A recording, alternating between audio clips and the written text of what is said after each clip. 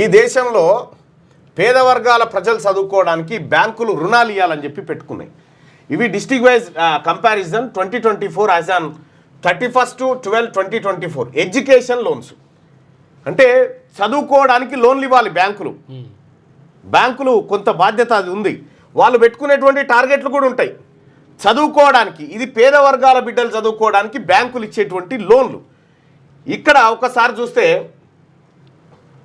ఆదిలాబాద్ నుంచి 33 జిల్లాల వరకు మొత్తం బ్యాంకులు 2024 వరకు ఎంత రుణాలు ఇవ్వాలనుకునే చదువు కోసం, అంటే విదేశాల్లో చదువుకోవడానికి పోయే పిల్లలకు లేకపోతే ఇతర కాస్ట్లీ కోర్సులు చేసేటువంటి పిల్లలకు లోన్లు ఇస్తాయి, ఎడ్యుకేషన్ లోన్లు.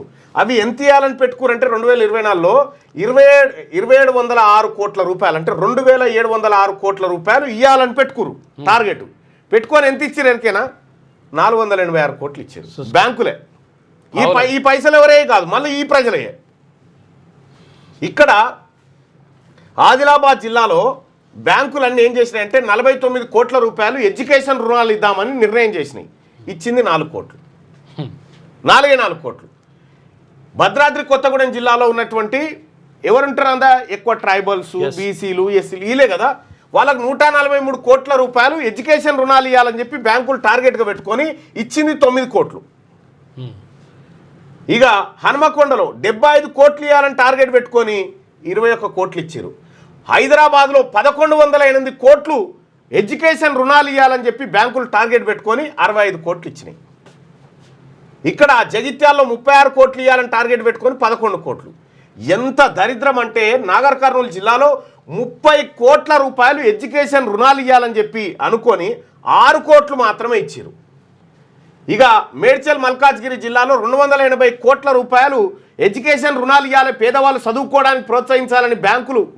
రుణాలంటే మళ్ళా కట్టేదే, మళ్ళీ ఇలా సబ్సిడీ లేవు, ఏం లేదు, మళ్ళా కట్టేది. మళ్ళా కడతా అంటే కూడా ఈ బ్యాంకులు మన ప్రజలను నమ్మలే. ఇక్కడ ఉన్నటువంటి నేషనల్ బ్యాంకులు మన ప్రజలను నమ్మలే. ఎందుకంటే ఈ నేషనల్ బ్యాంకులో టాప్ లెవెల్లో ఉండేది మన బీసీలు కాదు కదా, మన ఎస్సీలు ఎస్టీలు కాదు కదా, ఆ లెక్క వేరే ఉంది. మళ్ళా ఎవరెవరు ఉన్నారు ఏం కథ అనేది. ఇక్కడ ఈ సంపద అంతా మళ్ళీ ఎవరిది? ఈ వర్గాలది. ఈ వర్గాల సంపద బ్యాంకులో జమ చేస్తారు, వాళ్ళకు లోన్లు ఇవ్వంటే ఇయరుగా. ఇప్పుడు అనిల్ అంబానీ కంటే 46,000 కోట్ల రూపాయలు ఇచ్చారు వట్టిగానే. ఇచ్చి ఆయన కట్టలేడాయా, ఆయన వంతుకు మేము కడతామని చెప్పి పేదోళ్ళ పైసలు వసూలు చేసుకొచ్చి 46,000 కోట్ల రూపాయలు మాఫీ చేసింది కేంద్ర ప్రభుత్వం. ఇక్కడ ఒక్క అనిల్ అంబానీకే 46,000 కోట్లు. మనం 20,000 కోట్ల రూపాయలు రైతులకు రుణమాఫీ చేస్తేనే ఇంత ఎగురుతున్నాము. ఒక్కనికే అనిల్ అంబానీకి ఒక్కనికే 46,000 కోట్ల రూపాయలు మాఫీ చేసింది మన దేశం. మన దేశంలో మన బీసీ వర్గాలకు, మన అణగారిన వర్గాలకు విద్య అందించడానికి ఈ బ్యాంకులకున్న చిత్తశుద్ధి, దీని మీద ఈ బ్యాంకుల మెడ మీద కత్తి పెట్టి అడగాల్సినటువంటి కలెక్టర్లు కానీ ప్రభుత్వం కానీ నిర్లక్ష్యంగా వదిలేసుడుతోటి ఇది ఫలితం ఇది. పోనీ మన పేదవాడో ఇల్లు కట్టుకుందామంటే లోన్లు అంటే 10,768 కోట్ల రూపాయలు ఇండ్లకి ఇవ్వాలని, ఇండ్ల హౌసింగ్ లోన్లు ఇవ్వాలని డిసైడ్ చేసి 2,781 కోట్లు ఇచ్చారు అంతే. ఇక్కడ ఇల్లు ప్రాపర్టీ ఉంటుంది కాబట్టి ఎక్కువ ఇవ్వాలని టార్గెట్ పెట్టుకురు. ఇక్కడ చదువుకున్న దగ్గర సర్టిఫికేట్లే ఉంటాయి కదా, కాబట్టి ఈ వర్గాలకు ఎందుకు ఇవ్వాలని చెప్పి ఇంత మోసం ఉంది. ఇక జ్యోతిబా పూలే గారి ఆశయాలు మన దేశంలో విరసిల్లుతున్న, మన రాష్ట్రంలో విరసిల్లుతున్న విధానం ఇది.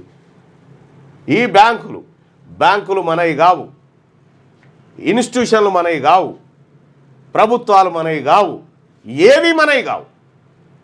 ఆ శ్రేణిది మళ్ళీ తెచ్చిపెట్టినట్టు ఆయన విద్యాసాగర్ అది మాట్లాడదాం. ముఖ్యమంత్రి రేవంత్ రెడ్డి గారు నిన్న మాట్లాడుకుంటారు, మాది ఏదో స్కిల్ అన్నాడు, యంగ్ ఇండియాదో ఏదో. సో ఈ రకంగా బీసీ ప్రజలారా ఇంత కళ్ళ ముంగట లెక్కలతోనే అన్యాయం జరుగుతూ ఉంటే ఇంకా సప్పట్లు కొట్టుకుంటే ఏం కూర్చుంటాము? ఏం జేజేలు కొడదామా? రాజకీయ పార్టీల పాడేలు మోయాలి మనం. ఇప్పుడు జెండాలు కాదు, పాడేలు మోయాలి.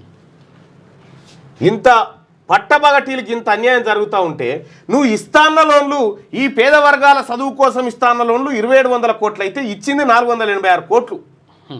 2,300 కోట్ల రూపాయలు వెనకకి ఎగదనుకొని పోయినావు. ఏం న్యాయం ఇది? పెద్దోడు తీసుకొని ఎగ్గొట్టొచ్చు, ఏం కాదు, ఐపీఎల్ పెట్టి అవతల పడవచ్చు. కానీ ఈ పేదోడు చదువుకుందామని ఓ 5 లక్షలు 10 లక్షల రూపాయల లోన్ అడిగితే మాత్రం ఈ బ్యాంకులు ఇవ్వవు.